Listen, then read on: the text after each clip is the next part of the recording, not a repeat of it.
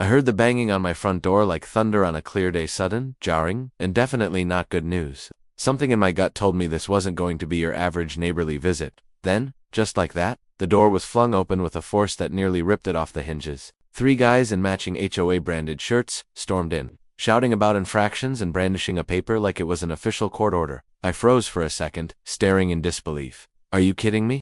Did the neighborhood association just send in a raid team to my house? That's when reality set and these guys picked the wrong target. If there's one rule that's non-negotiable, it's this. Never try to strong-arm a group of ex-bikers who know the law better than you ever will, especially not a retired defense lawyer like me, who's faced off against ruthless prosecutors for 3 decades and still polishes his Harley more than his dining room table. My name's Daniel Carter, and this wasn't how I imagined retirement. After a lifetime battling cases in courtrooms from coast to coast, I was supposed to be done with conflict. I bought a modest home in a place that looked peaceful on the surface, or suburban oasis called Maple Ridge Estates. The real estate agent laughed off the HOA like it was a friendly neighborhood club. Just a group making sure your house didn't turn into a circus tent. I took the bait, didn't ask questions. I should have asked more now. The crew I roll with, the Iron Eagles, were not your run-of-the-mill group of retirees. Wallace, once a sharp-tongued state Supreme Court judge. Thomas, a retired CFO who could make a Fortune 500 balance sheet sing. And Eric, ex-FBI, the kind of guy who treats every Facebook login like it's a covert operation. Our weekends spent in my garage, tuning engines, flipping steaks on the grill, and reminiscing about days when life moved a lot faster. No trouble, no schemes, just enjoying the peace we all earned. Then there's Leonard Barnes's self-important HOA president who climbed the ladder of mediocrity and decided to make a throne out of petty rules. Just 3 weeks after I'd moved in, he showed up at my door like a hall monitor with a vendetta, clipboard in hand, brow furrowed like he was preparing to read me my last rites. Mr. Carter, you're in violation, he declared with theatrical seriousness. Apparently, my garage color was non-compliant, my mailbox wasn't on their sacred list, and my trash bins were visible from the curb for a whopping 20 minutes. This wasn't about regulations, it was a power trip.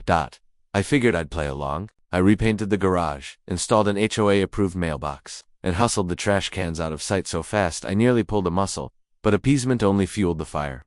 Suddenly my hedges were a half-inch too high, my bird feeder was an ecological menace, and even my prized Harley was labeled an unsightly object. Every new complaint came attached with a fine, each more outrageous than the last. They even tried to classify our weekend BBQs as unauthorized business operations. I kid you not, Barnes was on a roll ticketing us for long-parked motorcycles, unapproved curtain patterns, and wind chimes that supposedly violated noise ordinances. It was like being watched by a control freak with a vendetta. The breaking point came one afternoon while Wallace and I were wrenching on his bike. I tossed the latest violation notice onto the workbench and muttered, "Barnes thinks having more than 2 guests is a felony." Wallace, ever the calm judge, just shook his head. Let 'em push, and they'll bleed you dry. That night, while we were flipping burgers, we spotted 3 men in HOA shirts stalking the perimeter with their phones out, snapping photos like we were running a bootleg chop shop. I kept my cool. "Can I help you?" I asked. Batalis muttered something about documenting unauthorized activity. I wanted to laugh, but deep down, I knew we were headed for a showdown. Soon after, the fines exploded. 12 grand in just under a month. I tried to plead my case at the HOA meeting, but Barnes had it rigged so anyone with unresolved fines wasn't allowed to speak. Classic silencing tactic. But it wasn't just me anymore. One morning, I spotted Grace Simmons, the kind widow across the street, sitting frozen on her porch. Her eyes were wet as she whispered, "They're trying to take my house." Her list of violations: unapproved flowers, holiday lights up too long, and a dirty driveway. That's when I knew Barnes wasn't enforcing rules. He was targeting the vulnerable. The Iron Eagles regrouped that night. Eric offered to dig into the HOA's financials. Thomas said he'd help trace where all that fine money was going. Within days, they uncovered more than I'd dared hope. HOA dues had skyrocketed. The reserve fund ballooned past $500,000. Yet not a single neighborhood improvement could be found. Eric even unearthed emails between Barnes and shell companies posing as consultants clear money laundering. And then came the last straw: certified letter accusing me of operating a business because of weekend cookouts. Slapped with a $5,000 fine and a threat of legal action, that was the moment we decided to fight back, the old-fashioned way. We installed cameras all around my property. Good thing too. A couple of days later, later that week, while I was volunteering at the local Veterans Center, my phone started buzzing. Security system alert. The camera feed showed 3 HOA agents inside my home, rifling through my belongings like they owned the place. I tore out of the building and sped home, only to find Officer Ramirez standing on my porch, looking more uncomfortable than helpful. "They said it was HOA business," he muttered, clearly not buying it himself. I glared at him and said, "State law doesn't bend for HOA theatrics. This is breaking and entering, plain and simple." Ramirez filed a report, but of course, nobody was arrested. My Harley had fresh scratches, tools were missing, and my patience had run out. That evening, my daughter Emily, tough, brilliant, and fiercely protective, dug into the HOA bylaws with a lawyer's eye. "Dad, they need a legitimate emergency to even think about entering like that. Gas leak level stuff. This was theft." That night, the Iron Eagles assembled again. Frank connected the dots between Barnes' wife and a string of suspicious shell corporations draining HOA accounts. Bill discovered that Barnes had recently bought up several luxury rental properties. And then came the smoking gun of Millie's friend, a clerk at City Hall. Uncovered that a company called Sunrise Holdings LLC had been quietly snapping up foreclosed homes, all of them tied back to Barnes. The whole scheme clicked. Manufacture, fines, force foreclosures, then profit off the desperation. We still needed proof. That's when Karen, Barnes' assistant, slipped me a key to his office. Said she couldn't watch him ruin another family. Inside, we hit the jackpot, a file marked special projects that contained the real financial ledgers, not the cooked books they showed at HOA meetings. But Barnes didn't slink away. No, he doubled down. I was hit with a $15,000 fine, and not long after, his enforcer Scott Doyle broke into my home again, this time with 2 lackeys in tow. They took my TV, claimed it was evidence. What they didn't count on was the Iron Eagles waiting outside. We had the whole thing recorded. Our Harleys boxed in Doyle's truck while security cameras captured everything. Neighbors stood on their porches watching as Ramirez returned. This time, he couldn't shrug it off. Statements were taken. Finally, someone listened. We launched a website that night, dumped every piece of evidence we had. Forged documents, dummy companies, predatory practices. The neighborhood exploded. Turns out nearly every household had a Barnes horror story to share. Local reporter Dana Howard picked up the story, and her front page headline read like a war cry: HOA, corruption rocks, Maple Ridge. The heat was on. Barnes flailed, held a press conference blaming a few bad apples, but it backfired. Then things got real. Captain Nolan, the same one who'd always looked the other way, tried to intimidate us. But Dana didn't blink. She dug up proof that Nolan was a silent investor in Sunrise Holdings. That revelation hit like a bomb. Within days, state authorities stepped in. Nolan was suspended. Barnes and his board, indicted. Fraud, embezzlement, elder abuse, the whole sordid mess. But even with charges filed, Sunrise Holdings tried a last-ditch move. They attempted to buy the HOA's debt and fast-track foreclosures. Panic spread through the neighborhood. That's when Susan, my wife, sharp as ever, noticed the fatal flaw. If the debts were illegitimate, so were the liens. We filed for an emergency injunction just in time. Meanwhile, Dana followed the paper trail deeper, exposing an entire network of dirty officials tied to Sunrise. The whole corrupt structure collapsed. Maple Ridge got a full overhaul.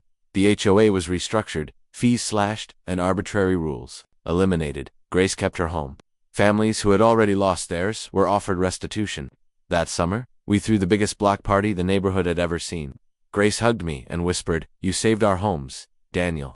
But truthfully, all we did was stand up and say, "Enough."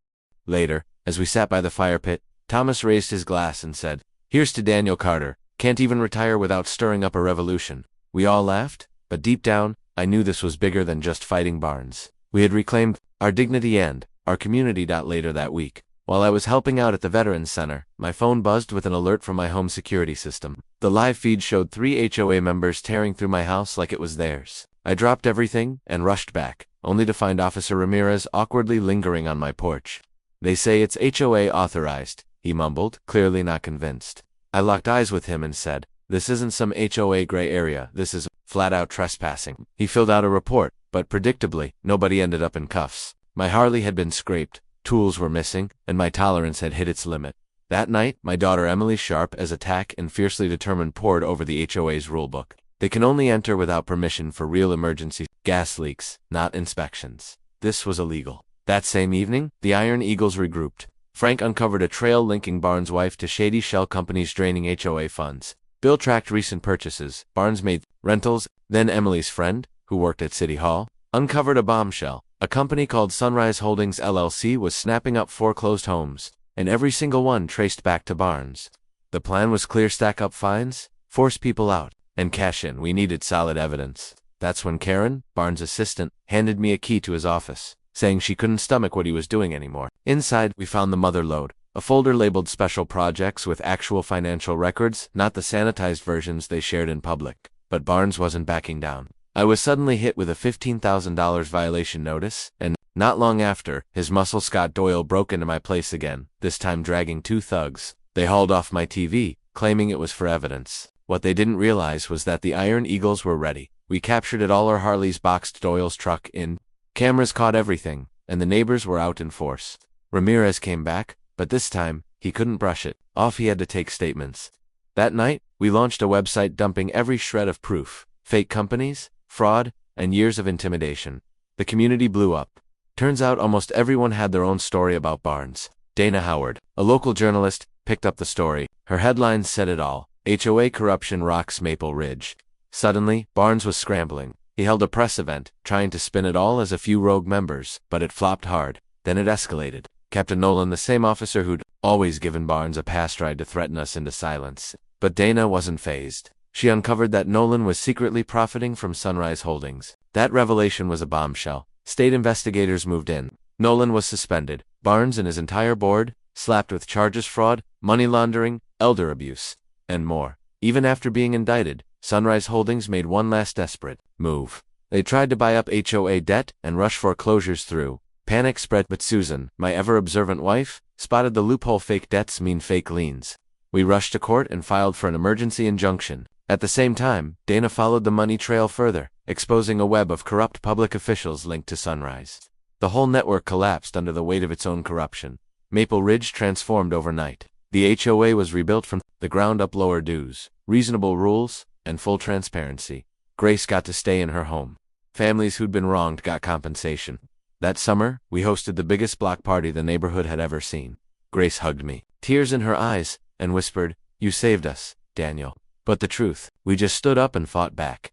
Later that evening, as we sat around the fire pit, Thomas lifted his glass and said, "To Daniel Carter, the man who turned retirement into a full-blown rebellion." We all laughed, but deep down, I knew it wasn't just about Barnes' boat. We'd reclaimed our pride and taken back our community.